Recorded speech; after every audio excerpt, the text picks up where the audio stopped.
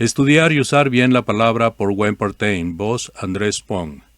La llamada nueva hermenéutica es nuestro siguiente tema. Compárese la llamada nueva moralidad con la llamada nueva hermenéutica, que no es nueva ni es moral.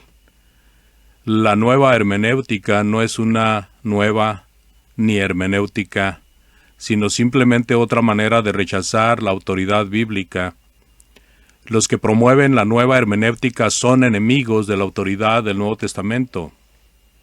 Este es el punto número 1. Los que promueven la nueva hermenéutica son enemigos de la autoridad del Nuevo Testamento. Dicen que la iglesia primitiva no tenía el Nuevo Testamento, porque según ellos, este no existió en su forma completa hasta el siglo IV, cuando los 27 libros fueron escogidos como canónicos por los padres de la iglesia. Según esto, la iglesia primitiva no tenía el Nuevo Testamento y que por lo tanto no había autoridad apostólica en la iglesia. Dicen ellos muchas cosas del Nuevo Testamento discutidas hoy en día. Ni siquiera, dicen ellos, existieron en el primer siglo. Estos olvidan que Jesús prometió que el Espíritu Santo iba a guiar a los apóstoles a toda la verdad.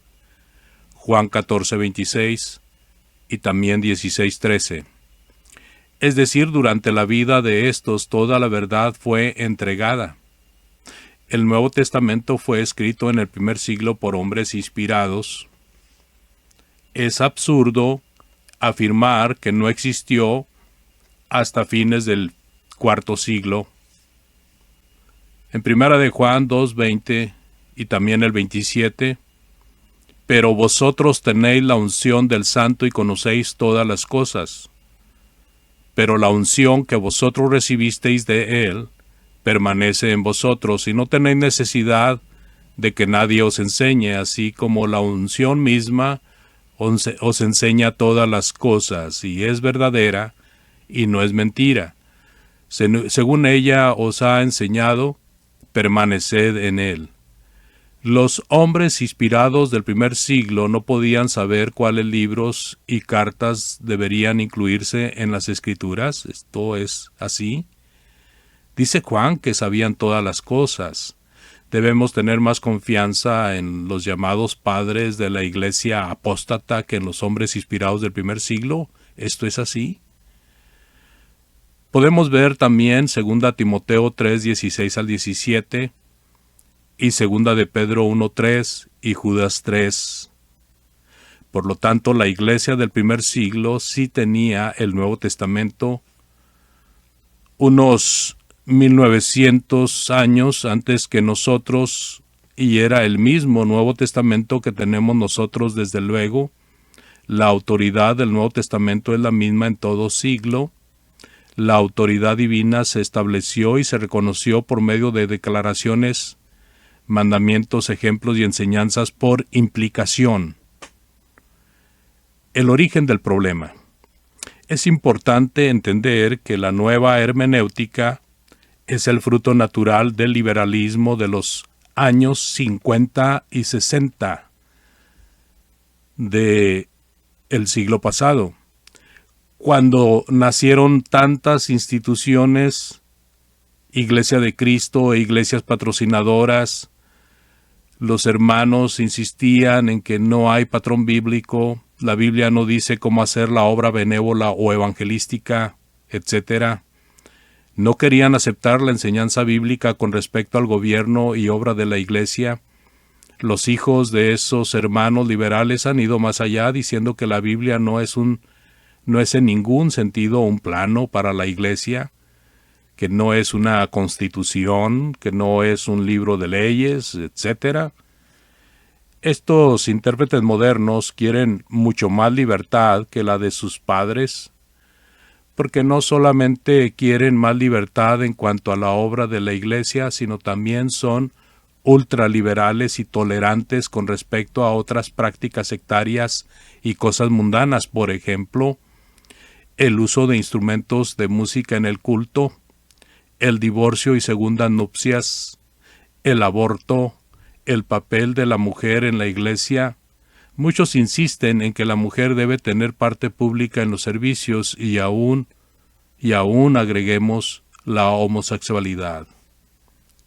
Es obvio, pues, que el problema verdadero es que estos hermanos quieren estar libres de las demandas de la autoridad bíblica. Para ellos no hay patrón bíblico. Creen que la Biblia solamente hace sugerencias generales y que hay libertad para aplicarlas según las circunstancias. Quieren una religión subjetiva, una religión en la cual se haya justificación para matrimonios múltiples, el liderazgo de las mujeres en la iglesia, el uso de instrumentos de música en el culto y muchos otros errores. Punto número 2. Dicen que lo que importa son las verdades fundamentales: la existencia de Dios, la deidad de Cristo, el nuevo nacimiento. Pero veamos. Romanos 1, del 19 al 22, dice que las cosas invisibles de Dios se hacen claramente visibles por medio de las cosas hechas. Los hombres deben de razonar acerca de esto y creer en Dios, pero sus razonamientos son vanos y se hacen ídolos. También los hombres deben razonar acerca de las señales de Jesús y concluir que Él vino de Dios. Juan 3:2, 20:30 y versículo 31. En cuanto al nuevo nacimiento, Juan 3:5 no dice explícitamente que el nuevo nacimiento incluye el bautismo. Esto no se enseña explícitamente, sino por implicación. Entonces, ¿cómo llegan a creer en las verdades fundamentales estos modernistas que rechazan la inferencia necesaria? Tienen que emplear la inferencia necesaria. Punto número 3. Muchos hermanos liberales dicen que hay autoridad solamente en los mandamientos. Pero, ¿en cuáles? Se requiere la inferencia necesaria para saber. ¿Debemos de construir un arca? ¿Debemos de ofrecer el hijo? ¿Debemos de ofrecer animales? ¿Debemos no predicar a los gentiles? Hay muchísimos mandamientos. ¿Cuáles son para nosotros? ¿Está el nombre de alguno de estos hermanos en la Biblia? Punto número 4. Afirman estos hermanos que para tener unidad necesitamos una nueva hermenéutica. Hablan de la mucha división en la iglesia. Concluyen que es imposible que todos entiendan la Biblia de la misma manera y creen que ellos pueden resolver el problema.